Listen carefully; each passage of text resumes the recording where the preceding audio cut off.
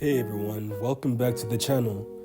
Today I'm going to take you through the process of crafting a painting from start to finish. Whether you're a beginner or a seasoned artist, I think it's important to remember to have fun and enjoy every step of the way. Most importantly, trust the process. So, let's get started. First things first, setting up your workspace. Make sure that you have all your materials ready, your canvas, your paint and your brushes, your water for acrylics and your palettes especially. Personally, I like to have a clean, organized space to work in as it helps me focus better on what I am painting.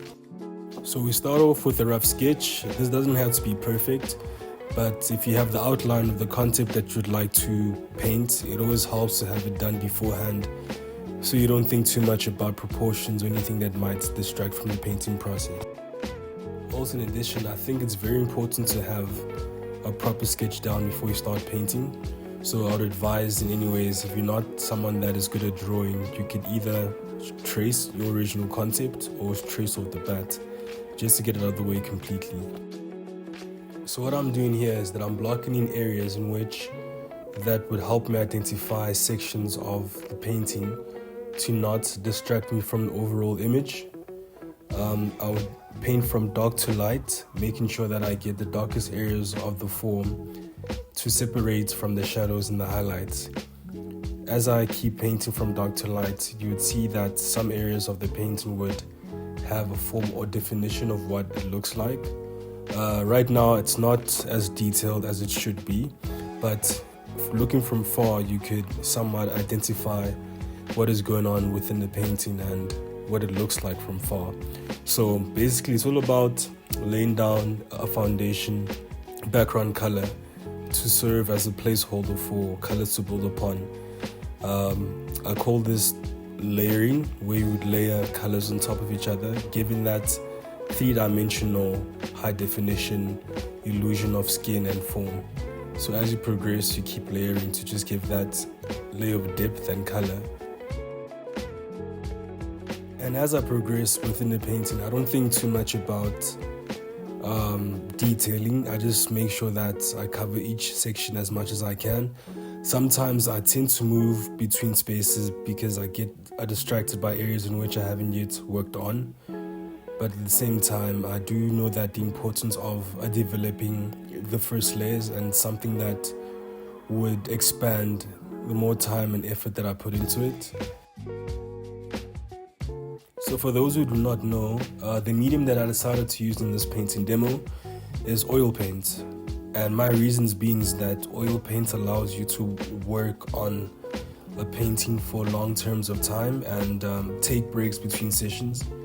Because I do have a very tedious schedule from time to time, I think it's very advantageous that I have a medium that is slow drying and that allows me to paint between sessions, with the added benefit of manipulating how I could come back and work on the form and refine each section of the subject without worrying too much of damaging my brush bristles, because sometimes acrylic paint could be quite harsh on the brush bristles if you forget to put them in water. But also I also think painting acrylics is nice from time to time because it's a lot more affordable, and you do get to paint a lot faster if you do not have quite a busy schedule.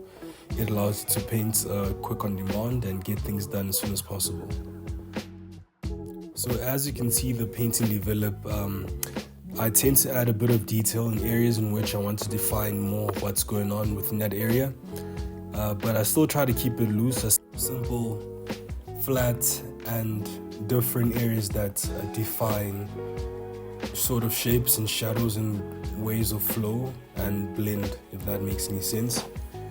But yeah, it's basically all about trusting the process and knowing that it's an ever-going session that would develop into the overall subject that you'd like to capture within the painting, and not being too focused on concentrating too much of your efforts into one area.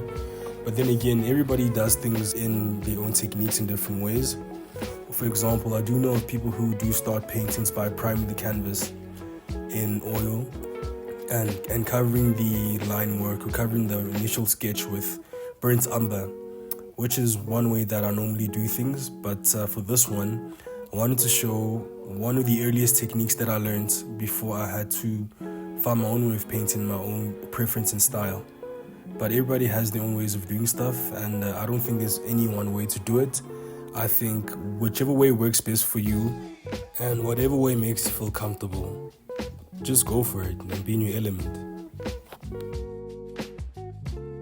So in this section, as I paint the hair, it's also the same as painting the skin or anything else. It's just the only difference is that I move faster within my brush strokes to give the illusion of movement. And basically, painting one thing is almost the same as painting anything else. Like I did say before, that people have their own techniques, but I think if you're trying to convey flow or movements of an area, it's good to paint faster just to give that illusion. So it's more convincing. And as I keep painting, I'm just adding a touch of detailing in different areas just to bring out the highlights and places that define them as a whole shape, so they look more defined. And so with painting the background, sometimes it's a subject that looks as simple but is challenging depending on the type of movement that you're trying to convey. But basically, I try to keep colors flat, consistent, contrasty, or different towards the main subject that is presented in front of the painting as in the foreground, so that it can allow the painting or the subject to pop rather. So we're almost done. And now, at this point, it's time for the final touches. These little details can make a big difference. So I tend to step back to see the painting as a whole and make any final adjustments.